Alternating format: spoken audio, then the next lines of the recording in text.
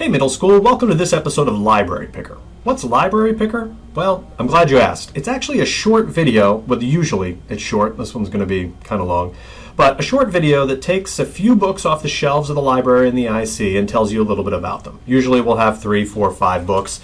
Today for Ms. Hardy's classes we've got teachers that are recommending 1, 2, 3, 4, 5, 6, 7, 8 different books. So let's take a look at what they have to say. The first book we're going to look at is The Contender, and Ms. Struby is going to tell us a little bit about that. So one of the first books that I read that really made a difference for me was a book by Robert Lipsyte called The Contender. And it took me to a whole different world because it was set in inner city. And it was a kid who was getting pressure on all sides to do all kinds of unhealthy things, to steal, to fight, to take drugs. The family was in desperate need and poverty, and that was different, you know, from the world that I grew up in. And I really came to admire him because he found a gym and somehow got sucked into this gym. Donatello's Gym, I think, was the name of it. And he just starts working out, eating healthfully, taking good care of himself, and I'm not going to say it magically turned his world around, but it made a difference to him. And I'm not an athlete, and I've never been an athlete, and so it was different for me on a number of levels. First, just to see how much that could do for a person, you know, to strengthen them inside and out and give them a community of support. So I really admired that character facing up under such adverse circumstances. Another book is totally different. Set on the English countryside, actually on the seashore, a wealthy family vacationing in a mansion, and they find, the kids in the household find a hidden room up in the attic, and inside the hidden room there's a map. They find a map and they recognize the shoreline as the place that they're staying, but they don't know much else about the map, and so being kids are kind of curious, and they're going to be, you know, detectives and, you know, do some exploring. But as soon as they start talking about the map, adults start noticing and becoming overly interested. Their house gets robbed. People try to take them. And so then they get the idea that the map is really important. And as the story goes on, they start guarding the secret and trying to figure out who they can trust to get the other information. Great book. Also a series over here on the right-hand side. Oversea Understone is the first one. I remember loving this series. So if you like that book, you've got 4 more to read. All right, so let's move on. There's a book here called The Black Pearl that Ms. Foster would like to tell you about. A book that I'm recommending would be The Black Pearl by Scott O'Dell. I read it in 7th grade. At that point, I hated everything that I had to read and tried to get away with not reading everything, but this was the first book that I just couldn't put down. I remember it as being a really fast read, although I think it had a couple hundred pages. It kind of transported me to a different place. It was a place near an ocean. I had never been near an ocean, with ocean creatures and characters that I could not relate to, but it was just an adventure book, an adventure story, and I remember not being able to put it down. And Great book. She said a few hundred pages. It's a pretty small book, but it's a great story. You can see there's been a lot of different covers for this book, and in fact there's some pretty cool illustrations, black and white line drawings on the inside of this. So give that a try. You'd find this in the action and suspense area in the IC. All right, moving on. We've got a book called Rebecca, and I think Ms. McCarthy wants to talk about this one. You will love the novel Rebecca by the British author Daphne du Maurier. It's a romance, it's a mystery. You'll travel to faraway places like Monaco, and then you'll learn what it's like to dwell in a stately British home full of servants. The character of Rebecca is unique, as is the perspective of the narrator. It was later made into a movie by Alfred Hitchcock, and once you read the book and perhaps see the movie, you'll be able to stump all your friends with the question, who played Rebecca in the 1940 film Rebecca? Who played Rebecca? Good question. Let's see, I think I have on here somewhere.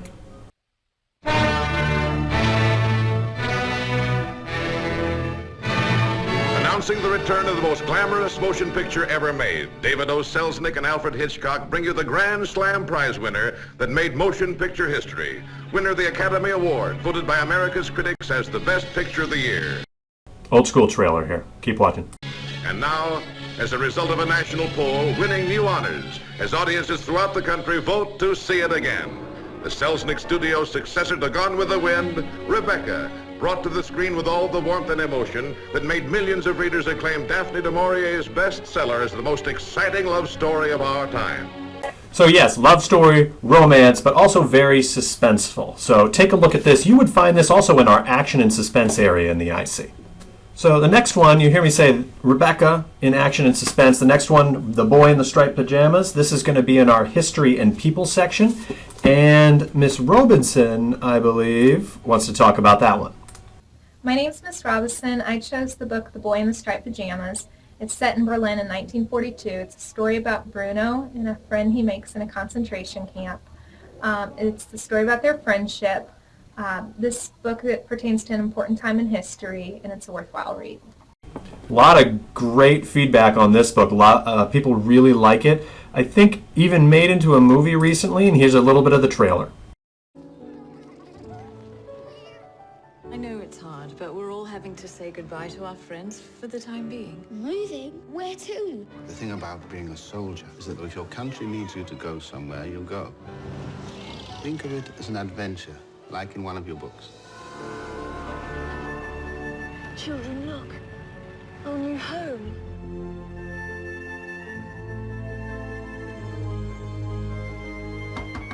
What are you doing? Exploring! No, not at the back.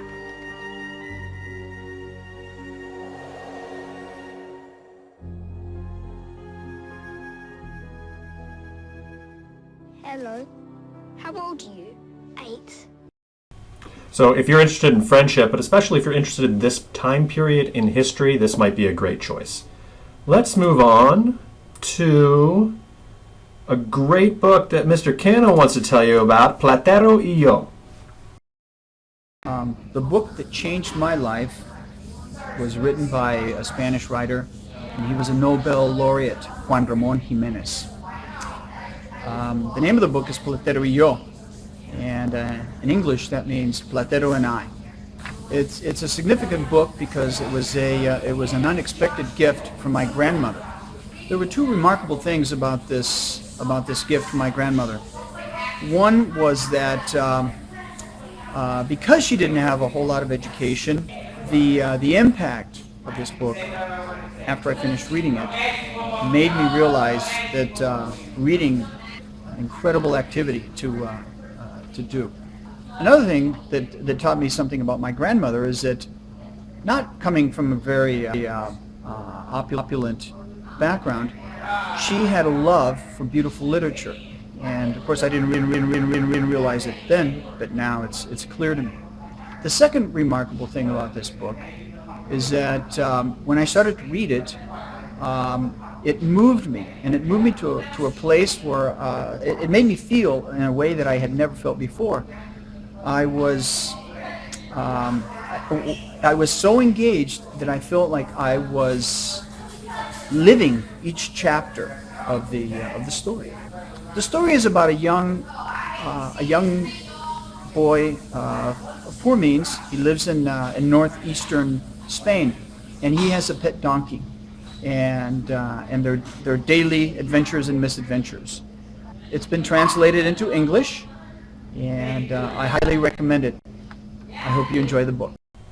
So you can see why we've got, if we do a Google image search, we see pictures of a bunch of donkeys. Sounds like a fantastic book. Those are the best books that make you feel like you're there. The cool thing about this one, which you'll be able to find in our literature and poetry section, is there are a bunch of different editions. Some, like this one, are straight Spanish, some are straight English translations, and some blend the two, where you have the Spanish on the left and the English on the right. So give that one a try.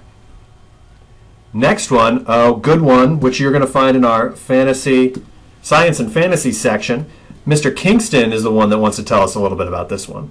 7th graders, the book that I'm recommending to you is Redwall by Brian Jacques.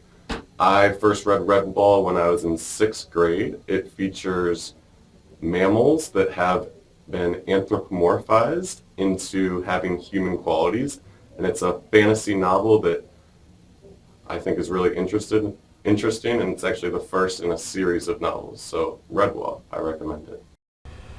This is another one like Oversea Under Stone, The Dark is Rising sequence, that you're getting a recommendation for the first book in the series, but as Mr. Kingston said, there are a ton more books in this series that feature these animals. So give that one a try. Brian Jacques, again, in our science and fantasy section. Next one, oh yeah, Roll of Thunder, Hear My Cry. Hey guys! The book that I think you guys should read for your independent reading project is Roll of Thunder, Hear My Cry by Mildred D. Taylor. This is a book that took place in the Mississippi Delta during the Great Depression, or the 1930s, okay? And the plot is basically an account of an African-American family's life trying to survive during that time in the South. The reason it was so impactful for me to read this book was because it centers a lot around a girl who is pretty young, about the same age as you guys, or when I was reading this book, she was about my age. And it was nice for me to be able to kind of empathize with her and understand some of the struggles that she had to go through during that time. It was also really interesting for me because really up until that point in my life, I didn't realize that there was so much racism still in the South after the Civil War. I had no idea that it was still happening even into the 1930s and beyond. So it was a good education for me as well. Lastly, I would say that it's also a really great book because it's a book about overcoming obstacles and kind of coming through in the end. So excellent read. I really recommend it. Thanks a lot. That's in our history and people section. Give that one a try. We're going to do one more. Nope, I lied. Two more. One by Ms. PH. She's going to cover a book called The Incredible Journey. I'm here to talk about The Incredible Journey, a book I remember reading probably in about 6th grade, and it was a fantastic story, and I couldn't put it down. It's about 3 animals. I think it's a Siamese cat and 2 dogs, and they get separated from their people, and they travel through the woods for a couple weeks, and they survive, and they're bonded with their humans, and maybe it's early problem solving that I discovered animals doing it, and just an incredible story about an incredible journey, and it was an incredible book. I recommend it. Good one. And now one more, and this one Mr. Payton would like to talk about. This is a book you're going to find in our science and fantasy section. It is called The Hobbit. I first read The Hobbit and The Lord of the Rings when I was 13. I had grown up an ordinary kid in an ordinary small town in Kansas, so I could relate to Bilbo, who is the ultimate ordinary guy. But his life became one of great adventure nonetheless, and this thought excited me to no end. As Bilbo said, "It's a dangerous business going out of your door. You step into the road, and if you don't keep your feet, there's no knowing where you might be swept off to." My life has been and remains interesting and exciting, full of travel and adventures of all kinds. The Hobbit showed me that even an ordinary person like Bilbo, or me, could make the decision to live a life full of adventures, one beyond the ordinary, if he only decides to take that step outside his door and start down that road. Great book. We have a few editions of it. This is a really teeny tiny edition, but if you look at some of the illustrations on the inside and they appeal to you, this might be a good choice. In fact, hand-drawn map from one of the original editions here. Really great fantasy adventure. We've got one more video to show you. Know that this has been made into a one movie. Here is the part of the trailer for the second movie that's coming out. That, my lad, was a dragon.